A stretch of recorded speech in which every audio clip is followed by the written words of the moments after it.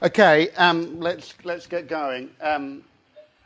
This is the last lecture of content that I'm going to be giving you in this class, and I want to begin with an apology because I'm afraid that this lecture, like too many of the lectures this semester, is going to be very dense and compact. There's too much material that I'm trying to get across to you, but I'll try and do it in a reasonably paced way. I also should apologise because this is a lecture that I really wanted to do a lot more rewriting on than I have been able to do in the last 24 hours. So I will proceed somewhat guiltily. What I'm talking about today basically is the final,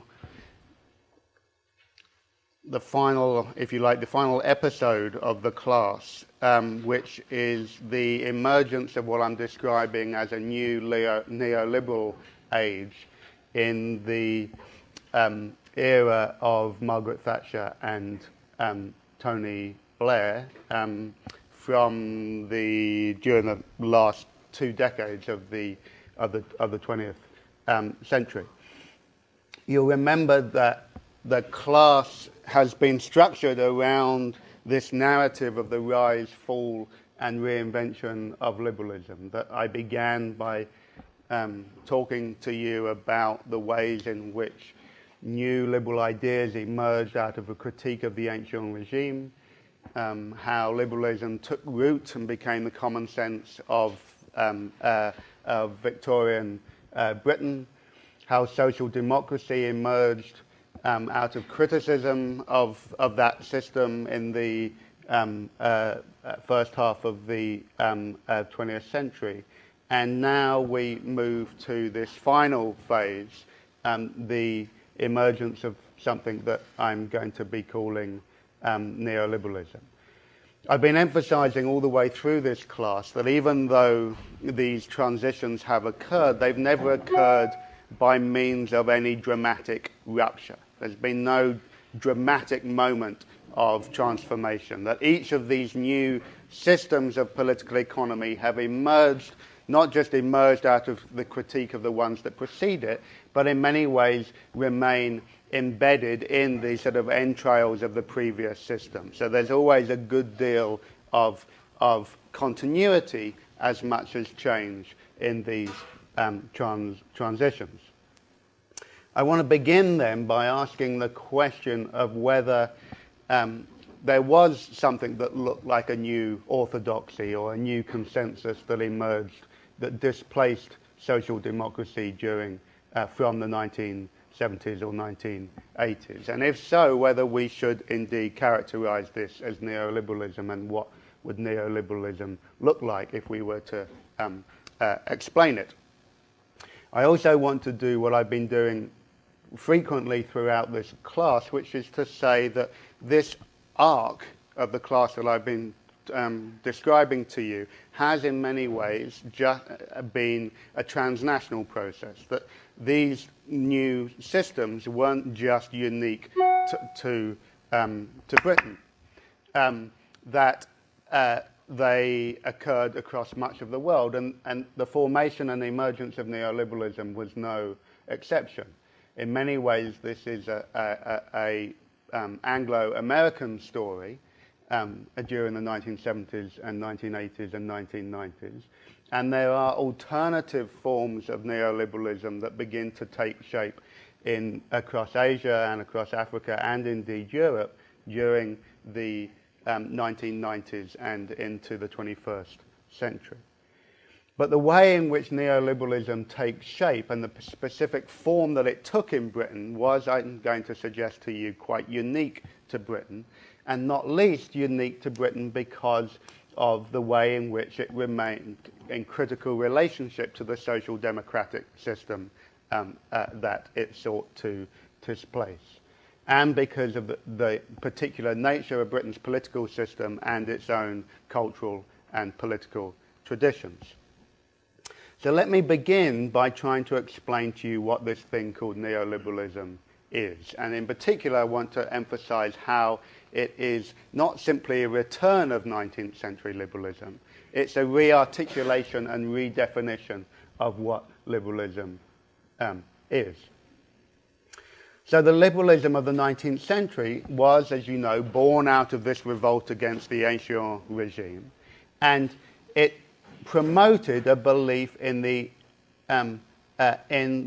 centrality of the individual and the freedoms and liberties of individuals. And it believed that market relations provided a key way in which the freedom of individuals could be secured. It was, in some ways, the basis of the very meritocratic system that sought to displace all the aristocratic monopolies of power that had characterized the ancien regime. But its idea of the market was, in many ways, secondary to the idea of the civil and political rights of individuals and the centrality of the individual to the organization of social, political, and economic life. Which was why, when I talked about 19th century liberalism, I spent a good lot of the amount of time talking about the attempt to produce an ideal type of liberal individual. And as we know, by the late 19th century, liberals begin to be increasingly suspicious or distrustful of the market as being a basis for the enabling of individual advancement and individual liberties. Neoliberalism then looks quite different because its emphasis is first and foremost on the centrality of the idea of the free market. The idea that the market should provide the critical basis for the organization, not just of economic life, bless you, but social and political organization too. Indeed, its key aim was to move away from the emphasis that it was the security and welfare of society as a whole that should be the key organizing principle of government. And it suggests that markets can realize, only markets can realize freedom. Freedom of citizens, of workers, and of individuals. But it has a number of different ways in which it went about this, and I'm going to be talking about all of these today, but I want to emphasize that even though they're often used interchangeably, they're different types of things. So the first element was the process of privatization. This is something that you often hear in terms of discussions of neoliberalism. The privatization of public goods. The idea of the necessity of private investments, not public investments.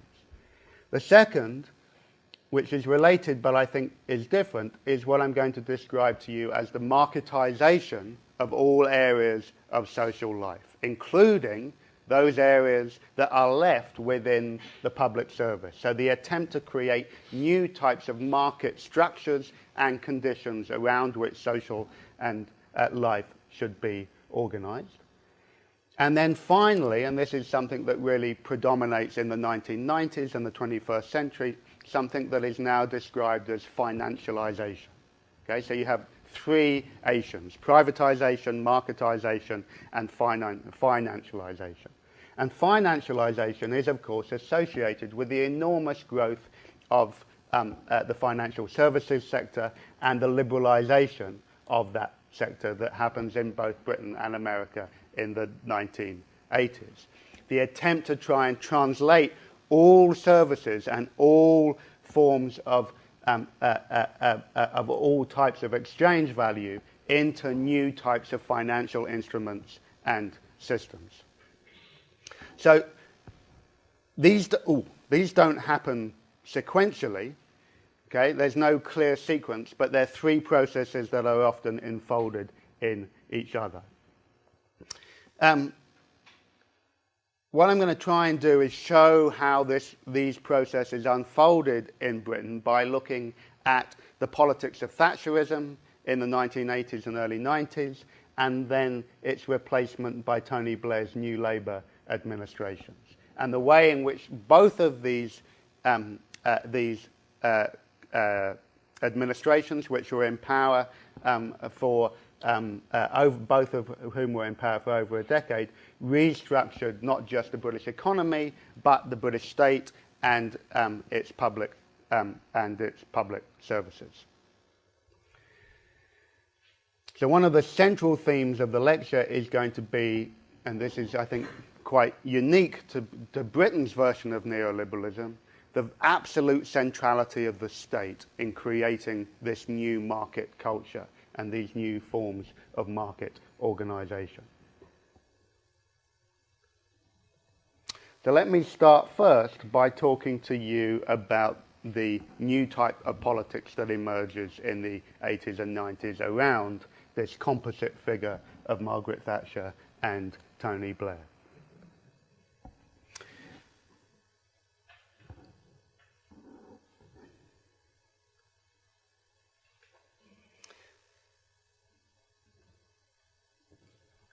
Now, I'm going to be talking about Mrs. Thatcher's Conservative governments, and I'm going to be talking about Tony Blair's New Labour governments after 1979 and 1997, respectively. I'm going to be talking about the ways in which they shared many similar features, but I'm also going to be trying to emphasize that despite a certain degree of consensus about the importance of new market forms of organisation, that there were key differences between them, and I hope that they will become apparent as I talk. Rather like the Labour Party and the Conservative Party shared an agreement over the system of social democracy, but had different forms of emphasis on in different areas. First thing I want to say is that, as you know, Thatcherism, from the lecture last week, Thatcherism emerged as this critique of welfare capitalism and the corporate state in the 1970s. But no one thought of that critique and associated it no one associated it with simply Mrs. Thatcher. The very term Thatcherism comes in much later, when these set of policies become associated with her particular style of political leadership. Of course, Ronald Reagan is doing much the same, following many of the same policies in the United States from 1981. And a key thing about the policies of Mrs. Thatcher's were that they had two quite contradictory elements. The first emphasized the importance of economic liberalization, the rolling back of the corporate state, and in order to try and increase the responsibility of individuals to make their own path in the world, to end what Mrs. Thatcher described as the dependency culture of the nanny state set up under social democracy.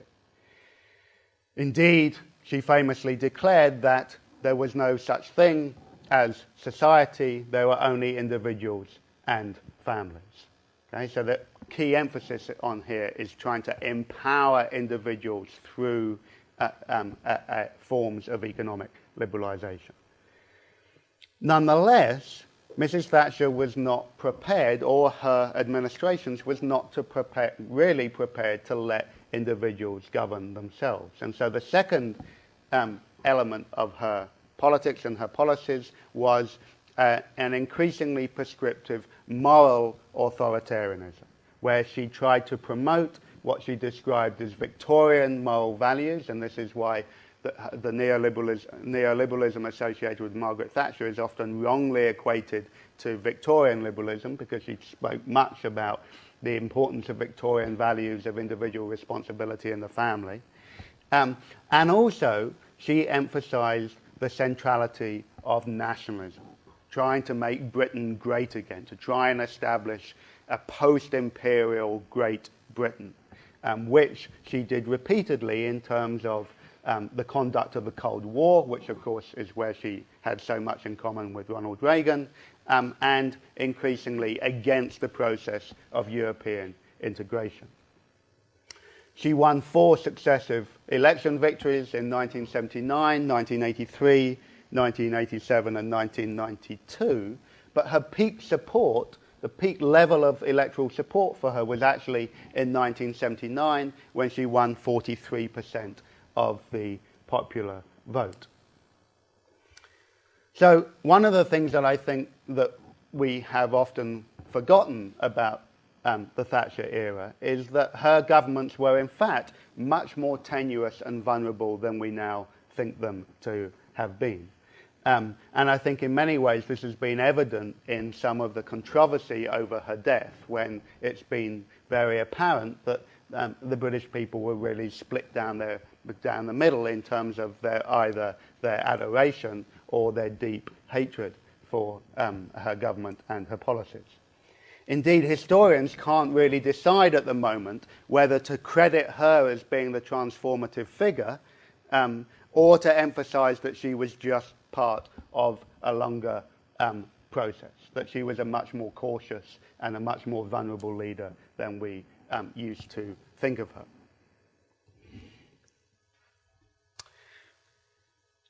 Alongside her, or rather following her, became Tony Blair and the reinvention of the Labour Party as the new Labour Party, trying to promote what it described as a third way.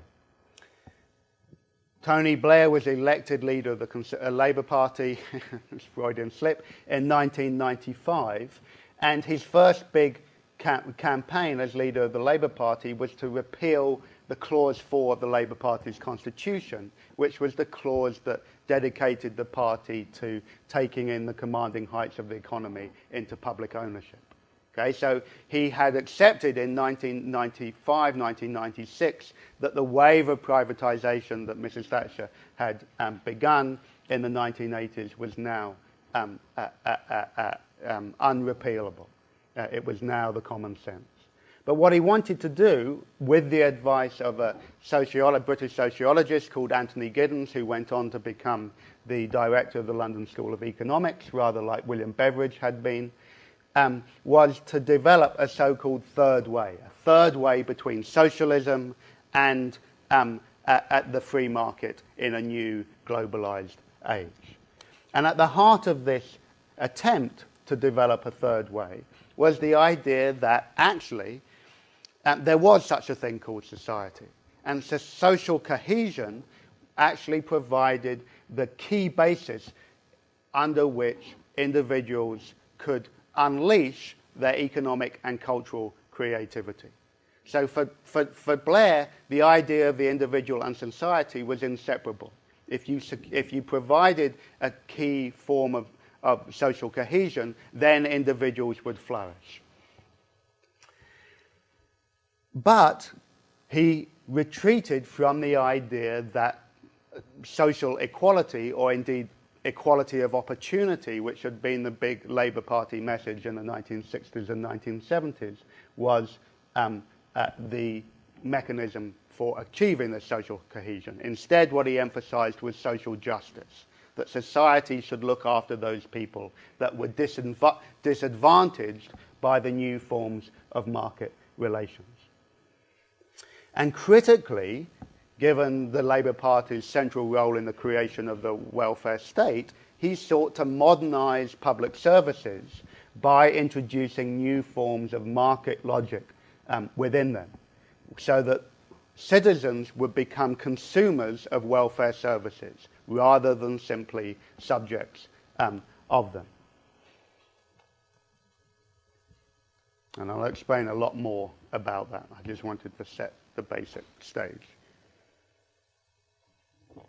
Okay, so let's look at the restructuring of economic life in the 80s and 90s. One of my favorite quotes from Mrs. Thatcher was the one you see behind me, that economics are the method, but the object is to change the heart and soul.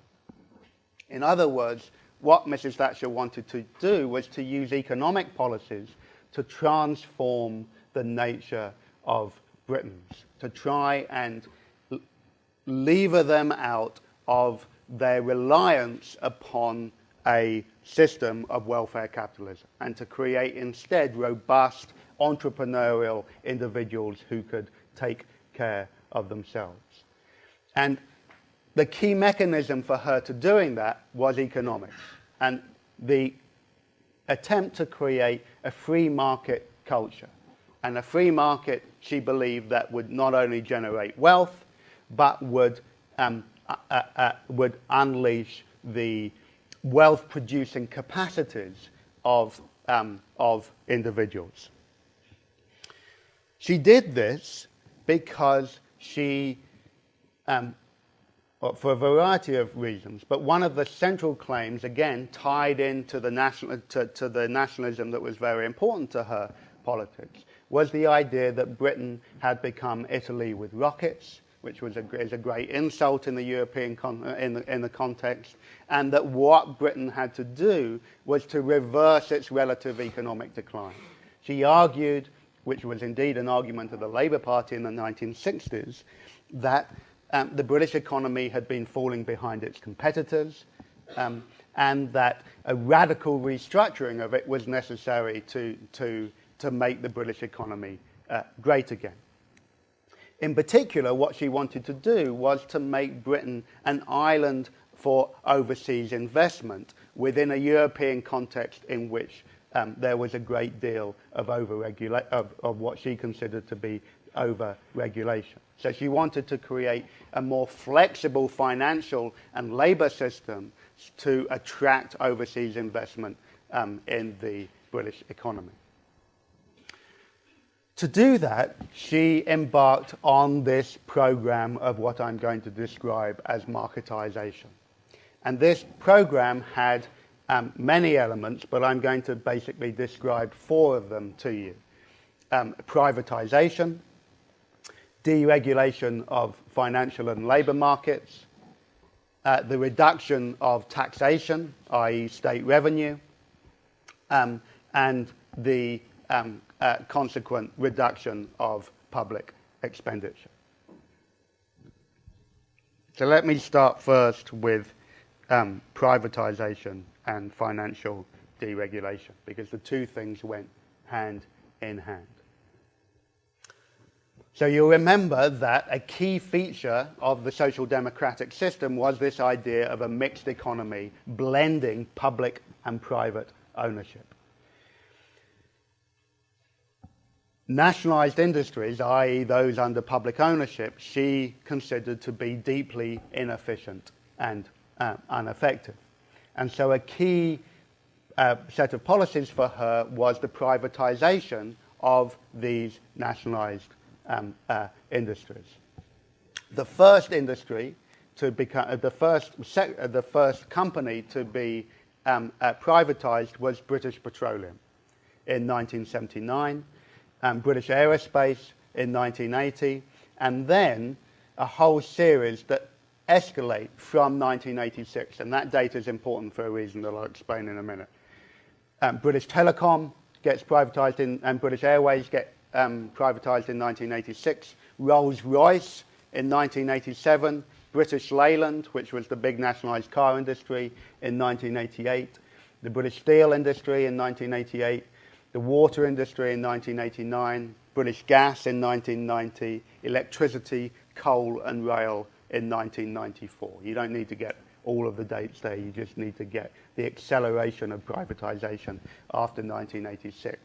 And one of the reasons why privatisation accelerates after 1986 is because of her deregulation of the city and of financial services in that year. It was a deregulation that was presented as an attack on the old boys network of city life, that the city life was dominated by old merchant banks and the networks of private schools and personal connections that she thought had led it a too cozy relationship with the state, which sought to regulate the financial services markets. And of course, the deregulation of the financial markets leads to the creation of a whole new series of financial instruments designed to produce profits, of course, but also to facilitate growth through rising levels of personal debt and therefore rising consumption, and critically around the mortgage market. The other key claim of this process of privatization and financialization was that it would democratize capital. It would enable people to become stakeholders in this old elite of the City of London. Everyone, she hoped, would buy shares in these new privatized companies. In effect, of course, everybody, when they were nationalized, everybody was a shareholder in those nationalized industries. But now her idea was that people would be shareholders on an individual basis.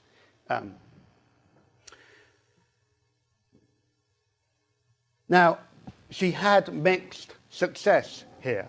In 1953, 54%, in 1950, sorry, let me get this right. In 1963, not 53, this is a wrong date, I apologize for that. In 1963, 54% of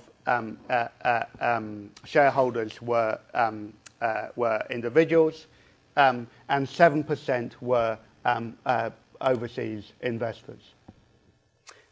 That figure is actually shrinks. So you get only 14% of individual investors by 2006 and 40% of foreign investors in 2006. So a key feature here is that actually what happens, even though there is an increase in individual investment from the early 90s that you can see in this graph, that what happens is that the main shift in terms of the financial is that Britain becomes bought up by overseas investors. It's overseas investors and big equity companies and pension plans that buy into these new private industries more than individual investors.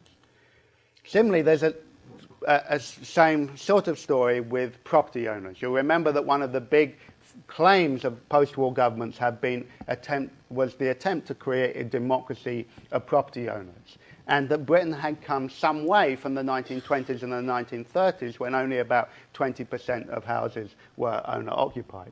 By 1971, 52% of houses were 52% of the population were property owners. In 1981, when Mrs. Thatcher begins the privatization of public housing, it rises to 58% and reaches 67% by 1991, falling off obviously in 2011 because of the wave of repossessions following the financial crash of the mortgage markets in 2007, 2008. Another key feature of this set of economic policies was the deregulation of the labour market. And again, the attempt to create Britain as an island in a so-called over-regulated European labour system as the basis of casual, flexible and cheap labour. And all of this was done against a backdrop of massive growth of unemployment in the 1980s. Remember that a key feature of the social democratic system had been the pledge to full employment. Even by 1979, when Mrs. Thatcher comes to power, there's unemployment had risen to about 1.5 million, but it rises very, very quickly after that and peaks in 1983 here at almost 3.5 million. In this context of scarce forms of employment, Mrs. Thatcher introduces arguably one of the most important measures, which was the two Employment Acts of 1980 and 1982, designed to massively curb the power of the trade union movement, which you'll remember had been so contentious in the politics of the 1970s.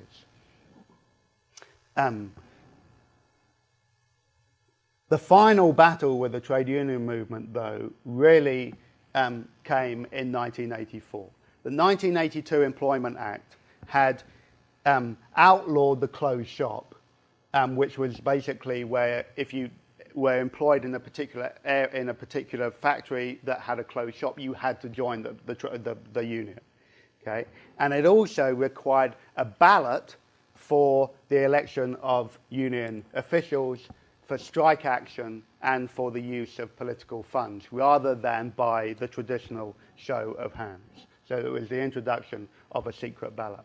In 1984, the National Union of Miners wanted to hold a strike to protest against the rationalization policies brought in by a new American manager that Mrs. Thatcher had brought in of the mining industry. But very stupidly, politically, they didn't hold a ballot, and a closed ballot, and they went on strike. So the strike lasted for about 9 months. It was hugely contentious. It led to very dramatic scenes of conflict between the police and striking miners.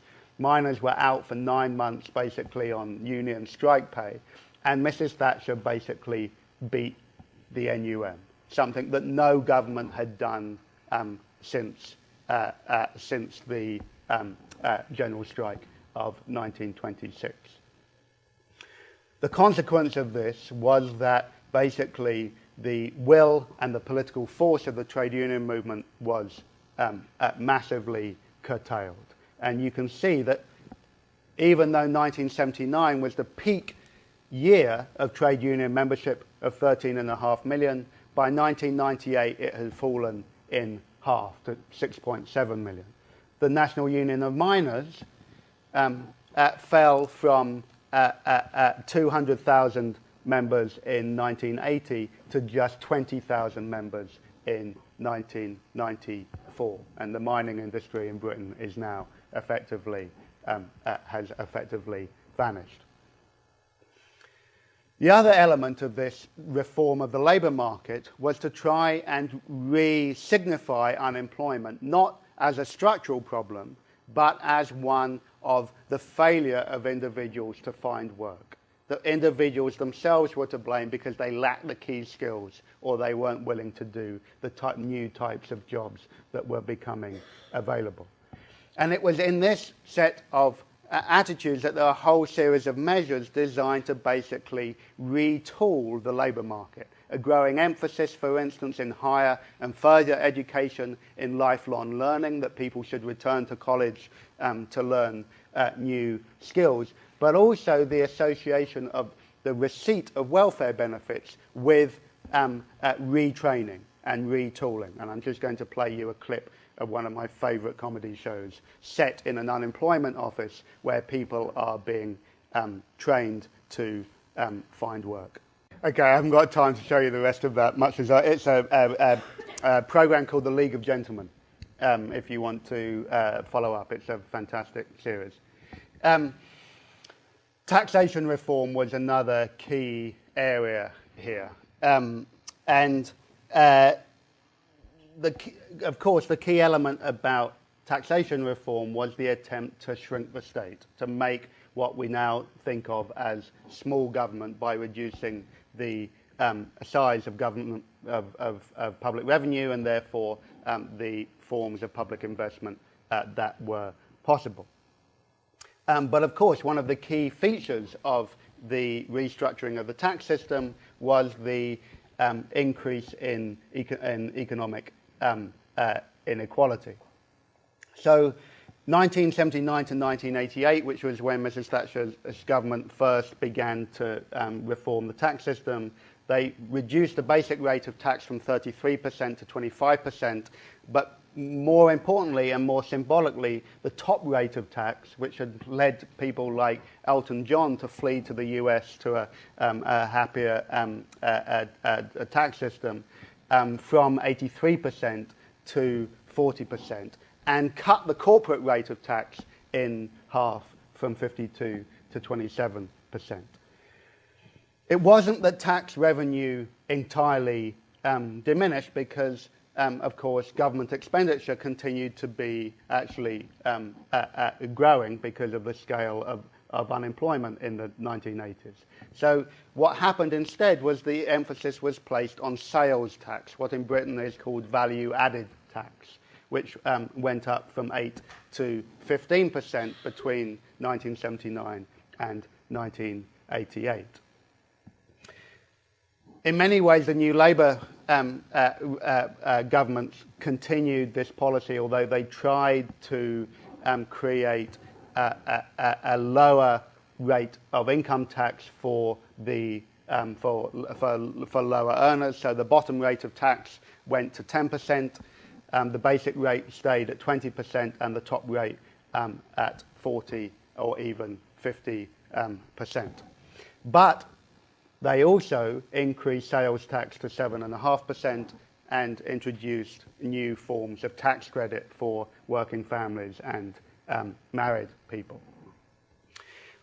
One of the key features of Britain under in the 1980s and the 1990s was the growing cluster of wealth in the South and in the South. So here you see the cluster of high-earning people down in the southeast in the London, and here you see the cluster of people on low incomes in the old manufacturing areas, basically where the industries had become slowly gutted.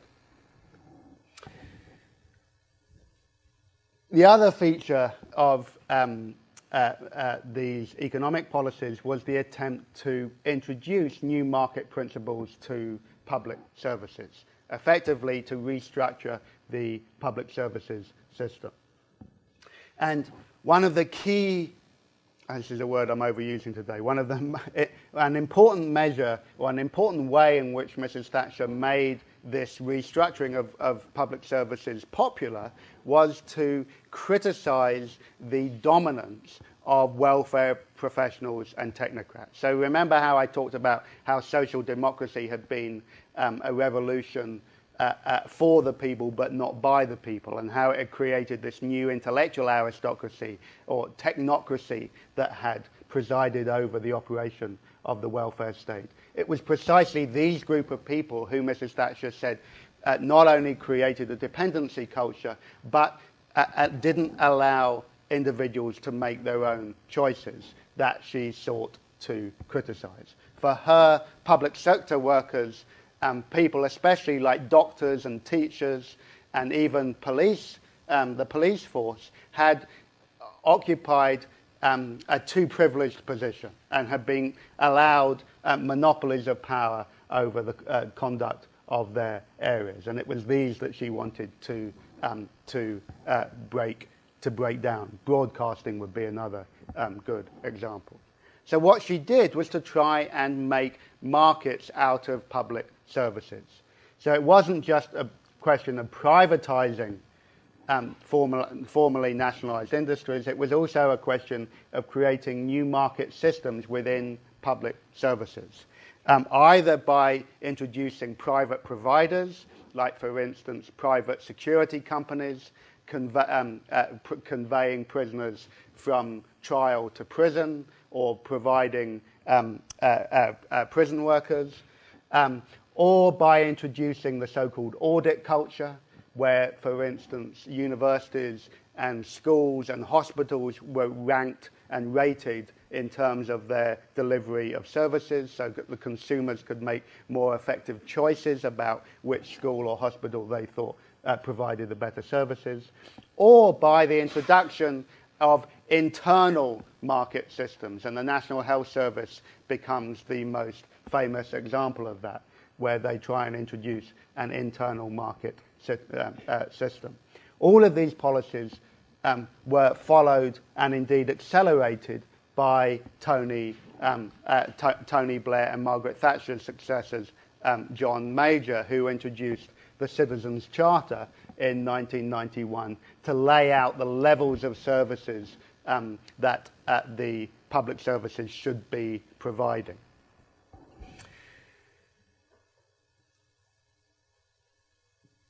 The key area of financialization in this process was, of course, the shift to debt financing and the use of debt financing both by the state and by individuals. So one of the key initiatives was the Private Finance Initiative that was first introduced in 1992 to use private funds for the development of public infrastructures. But this was a policy that Tony Blair basically made his own. So the enormous investment in schools and hospitals that the Blair administrations made after 1997 wasn't funded directly by the public revenue, but by private funds that the government was then paying off over many, many decades. So the Private Finance Initiative was basically about using new financial instruments to leverage capital to invest in infrastructure that then future generations would be paying off. It wasn't a debt that the government had to manage. And of course, the greatest everyday example of exactly the same system was the introduction of the student loan system, and exactly the same principle.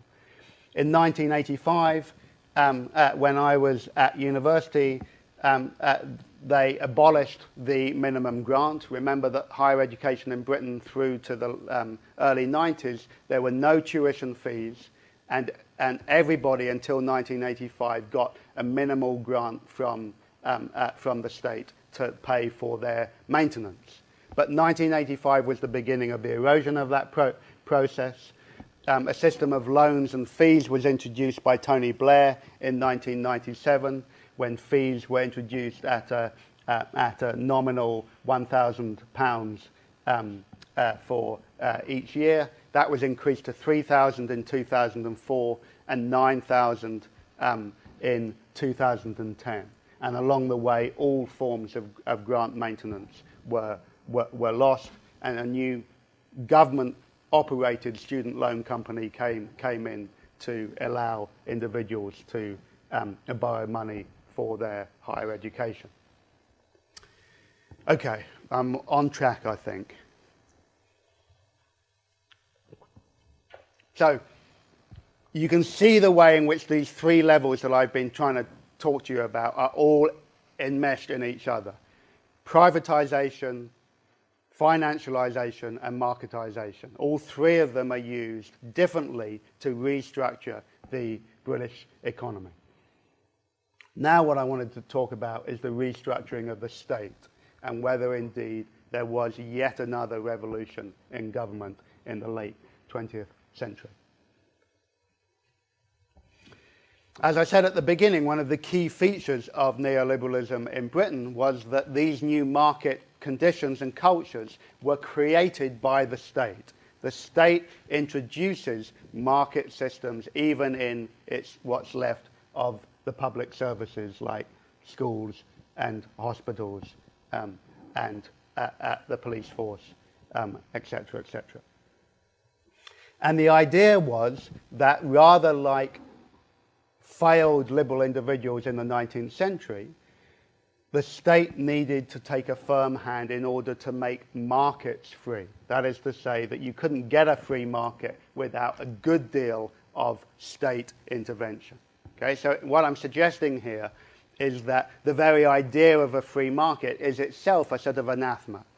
That there's no such thing as a free market. That all markets are in certain important ways engineered, and in Britain, the key form of engineering is done by the state. Okay? So in many ways, the state takes as active a role in the creation of markets after the 1980s and the 1990s as the state did in terms of the delivery of welfare capitalism in the decades preceding it.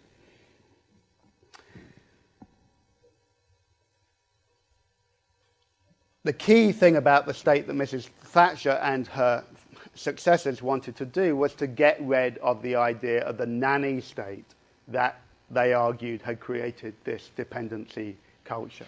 A dependency culture where people thought that they needed to rely upon the so-called nanny of the state to look after them. But also critically, and here comes an important difference between the Thatcher administrations and the Blair administrations, an attempt to try and introduce a new type of moral government. Okay? So we're going to see an important difference here developing between Blair and Thatcher. So up to this point, I've basically been saying, look, Blair and Thatcher, the Conservative governments and the new Labour governments have effectively the same economic policies.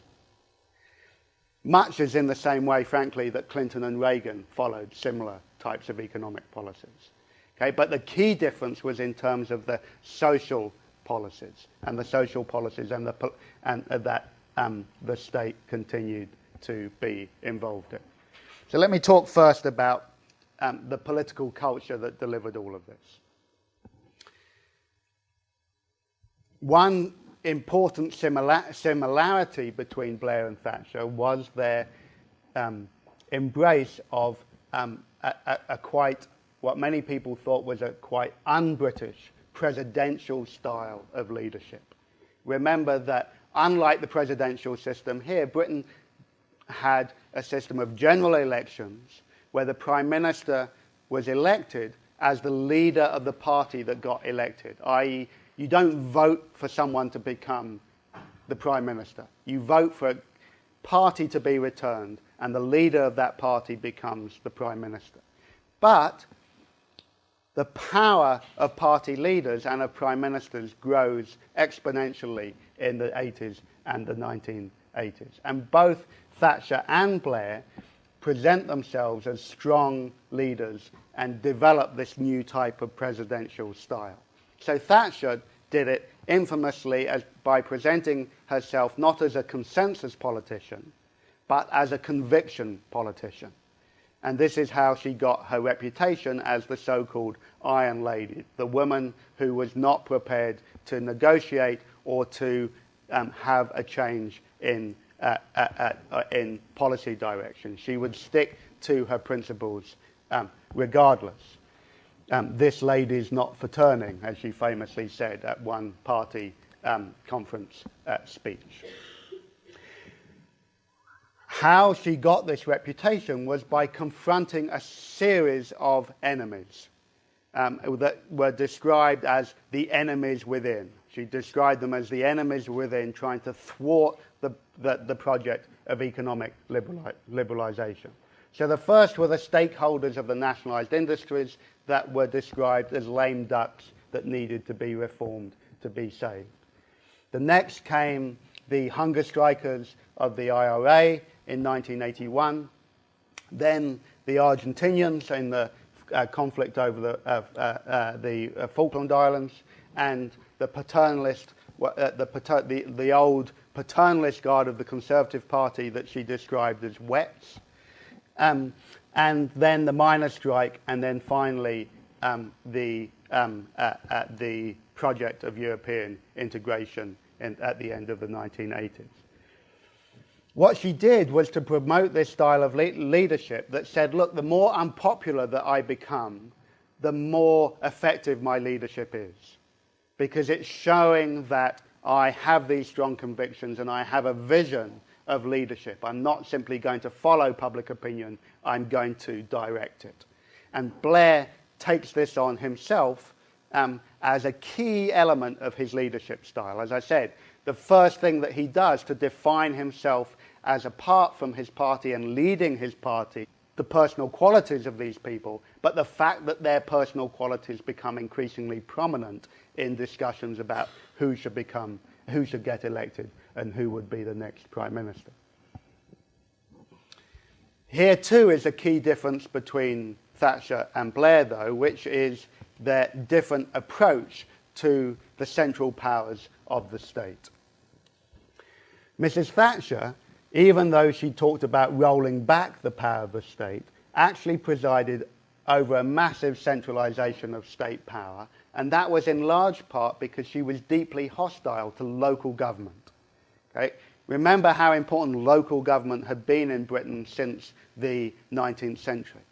Okay? The problem was that local government in the 1980s, particularly in the big urban conurbations like Liverpool and Sheffield and Manchester, had radically left socialist local councils, pursuing policies that were diametrically opposed to the Thatcher agenda. They were sort of islands of socialism, and she wanted to reduce their room for manoeuvre. So between 1979 and 1990, there were no less than 50 separate legislative acts to reduce the power of local government, mainly by reducing their ability to charge local taxation and by reducing the size of their of the grant that they got in aid from central government. Another key feature that so I'm going to do this in I'm just going to switch points here. Blair takes a pretty much opposite approach, which is to say that one of the key elements of his policies that he promoted in opposition was that he wanted to decentralize the state.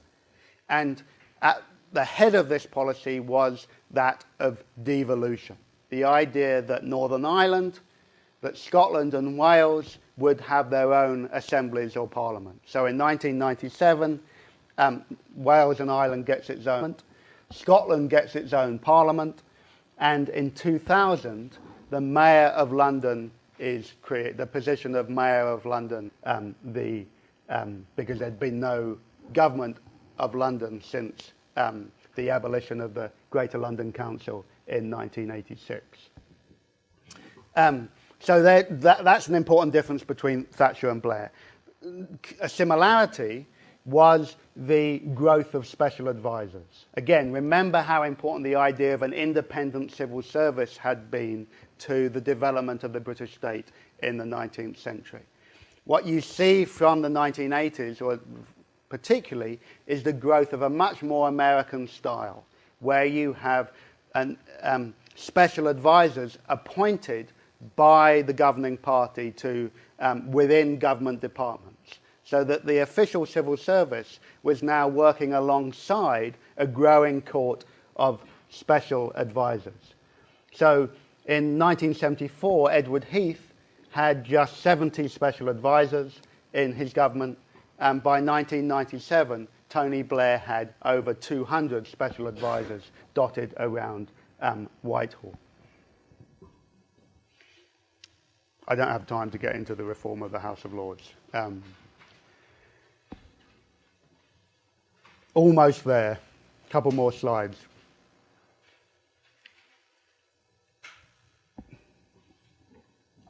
In some ways, central state in the 80s and 90s was the growth of the prison population.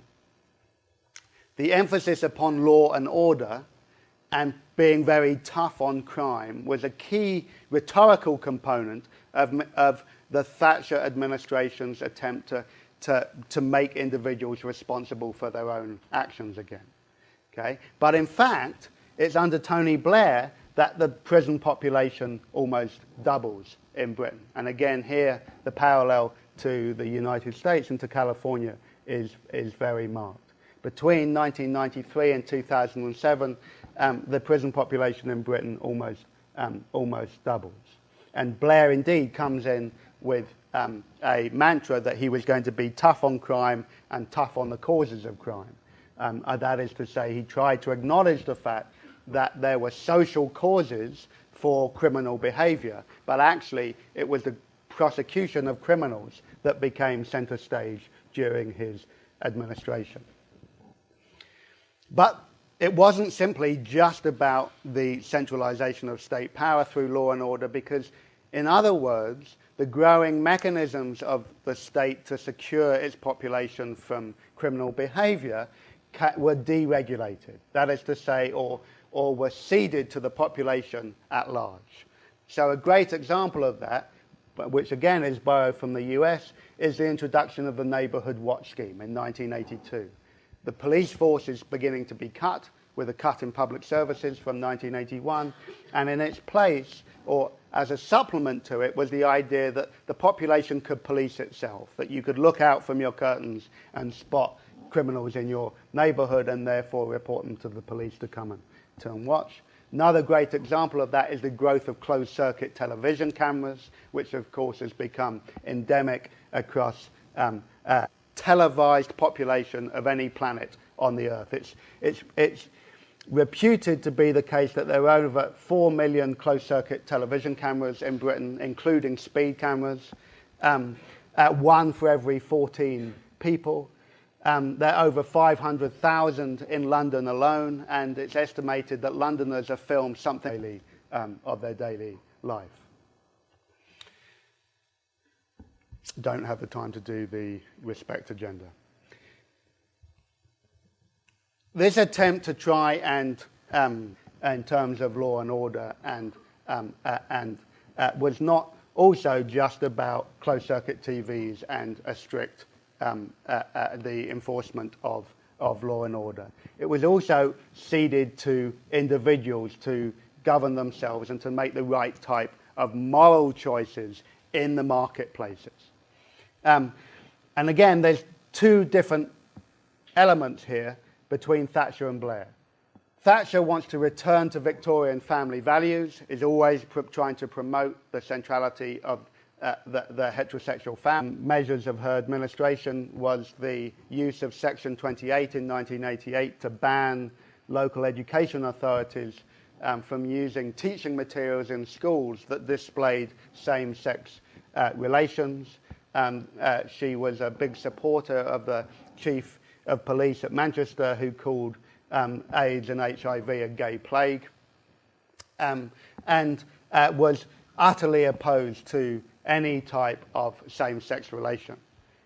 In contrast, Tony Blair believed and tried to introduce a so-called modernisation of the moral framework of the law, and gay marriage was finally legalised in Britain in 2005. So very different approaches to the whole issue of the whole sort of moral cultural question between Thatcher and Blair. What unites both of their administrations really was the idea that increasingly it was left to the individual to make their own types of ethical choices, and that the best place where individuals could make ethical choices was in the marketplace, that the market allowed people to exercise their ethical powers. And I'm going to give you one example of that to try and make that make sense, which is the body shop phenomenon. Okay, now the body shop had actually been a Berkeley Telegraph Avenue creation. Anita Ruddock, though, comes over here, sees this little shop, goes back to Britain and sets up the first body shop in Brighton in 1976. And as you know, the body shop is basically selling cosmetics that weren't tested on animals. So it was part of this, emancipation of commercial practices from all the bad ways of like the fair trade, the growth of fair trade shops and all the rest of it. By 1982, the body shop was opening 2 shops a month. It went public, that is to say, it became part of this enormous growth of the financial sector in 1985. And by 1990, opens in the US and now operates in 39 countries. It's a perfect example of the way that we now as consumers try and make decisions rather than the government telling us how it is that we should act. We believe that by buying the right types of products, we can exercise our own ethical choices. And this, as I'm trying to emphasize, was an enormously important trend in the 80s and 90s on both sides of the Atlantic. This seeding increasingly of individuals to try and govern their own communities and their own choices through Neighbourhood Watch or through the types of cosmetics they buy is often associated with the end of politics as we used to know it. And it's certainly true that the organised system of party politics in Britain took a bit of a beating during the 1980s and 1990s. You can see in these two graphs basically the declining levels of turnout at elections, and you can see in these graphs at the bottom the declining numbers of members of the Conservative Party and of the Labour Party. So that effectively Britain no longer has mass political parties, and its levels of turnout are reaching almost American standards, although actually it rose to back to 70% in 2010. I think this argument can be overplayed.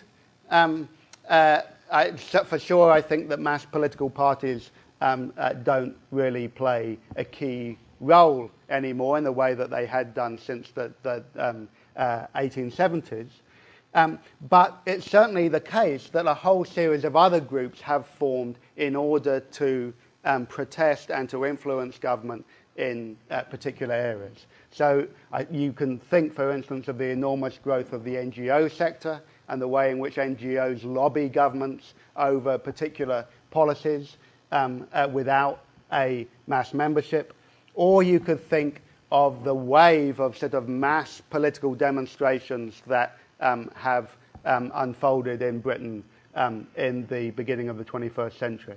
The Thatcher governments constantly confronted large numbers of protesting citizens, either in terms of strike action, student protests, protests against a poll tax, the introduction of a new type of local government tax.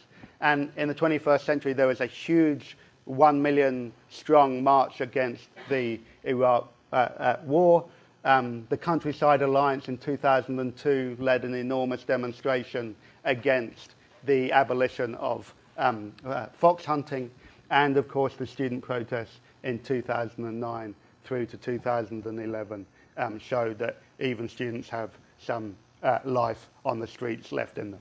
So politics doesn't disappear, it's just changing shape, and in many ways one of the key features of the way in which it's changed shape is that people are no longer joining political parties, but they're making a much more flexible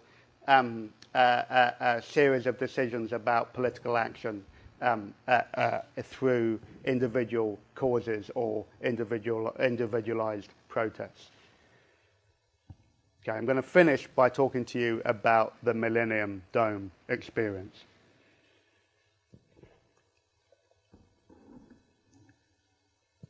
So, the reason why the Millennium Dome experience is important is because it was a big pet project of the Blair administration to celebrate the millennium in 2000.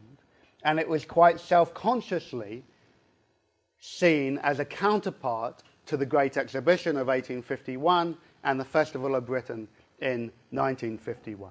And just as arguably the Great Exhibition and the Festival of Britain had showcased the new liberal era of free trade and the new social democratic society that the Labour administration wanted to produce, so the Millennium Dome experience, I'm going to suggest, shows the way in which a neoliberalism had become consolidated in Britain.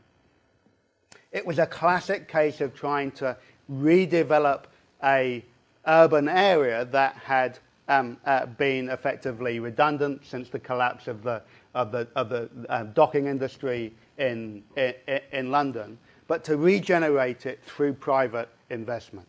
That is to say, to set up a commercial company that would attract private forms of investment and private forms of capital. That was the Millennium Dome Experience Company Limited. Unlike the Festival of Britain, that had, you'll remember, that very sort of didactic series of attempts to try and showcase the nature of life and the new modernised technological life of social democratic Britain, the Millennium Dome experience had 7 separate pavilions that tried to reflect upon the nature of life in Britain on the dawn of the 21st century. It had a spirit level that was a place for peace and personal reflection. Established religion, organized religion is out of the question. This is a much more spiritualized understanding of the individual and of spiritual life. The Living Island, a pavilion, tried to showcase forms of environmental protection and the centrality of environmental protection, pretty important given that it's on, like the Olympics, on a big floodplain right next to the River Thames. The Serious Play pavilion was an attempt, and here we have some nice parallels with 19th century liberalism, was an attempt to show how leisure can reactivate your life. Okay? How it was that you could rebuild yourself through leisure pursuits, not least through exercise, healthy exercise. The Learning Curve pavilion tried to showcase learning as a lifelong process. So how everybody can continually be part of this learning environment to create a flexible type of labour force able to retool itself at any moment. And finally, the horrible learning to skill play on the James Bond thing for hidden skills for the new world of work. So you can see the way in which these pavilions in many ways tried to nicely reflect the new emphasis upon the individual, and upon the individual not as someone who was going to be embedded in a job for life, but an individual who had to flexibly reimagine and redeploy themselves in a completely different type of economic and cultural system.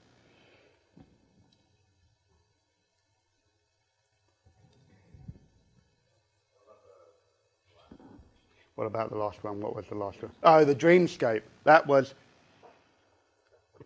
What was Dreamscape? I forget what Dreamscape was. I think it was about the culture industries. I think it was about, it was about... I think it was a showcase of the culture industries in Britain. Okay, let me wrap this up at 12:23. I'm tired, so you must be exhausted and bored.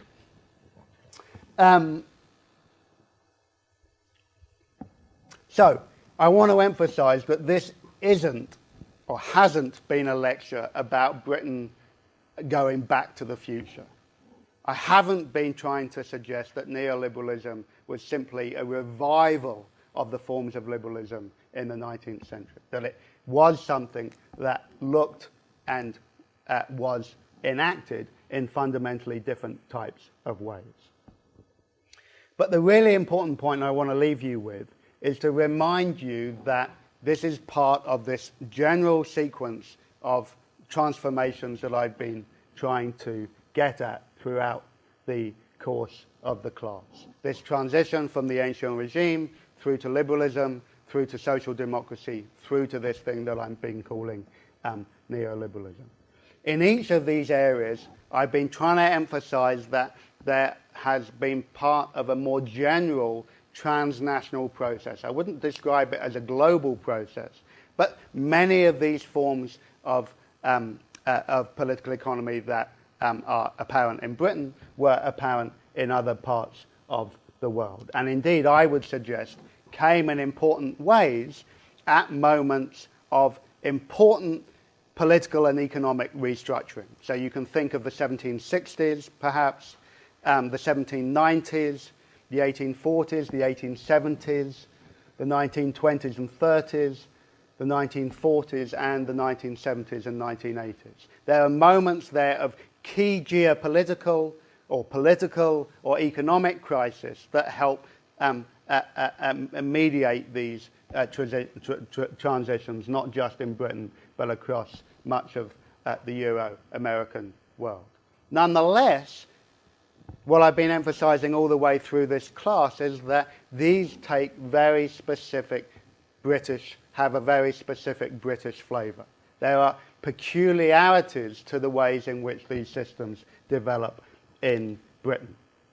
And my point in doing that is not just to be able to say, look, there's something specific about each national story that we have to understand its development. I've also been trying to suggest to you throughout the class that even though we now seem to be stuck in this, this current era of neoliberalism, just as people in the 50s or 60s felt stuck in the system of social democracy, or people in the 19th century felt stuck in the liberal era, or people in the 18th century felt stuck in a nation regime. The point is that these systems change. They are all not just products of history, they all eventually become historical objects themselves.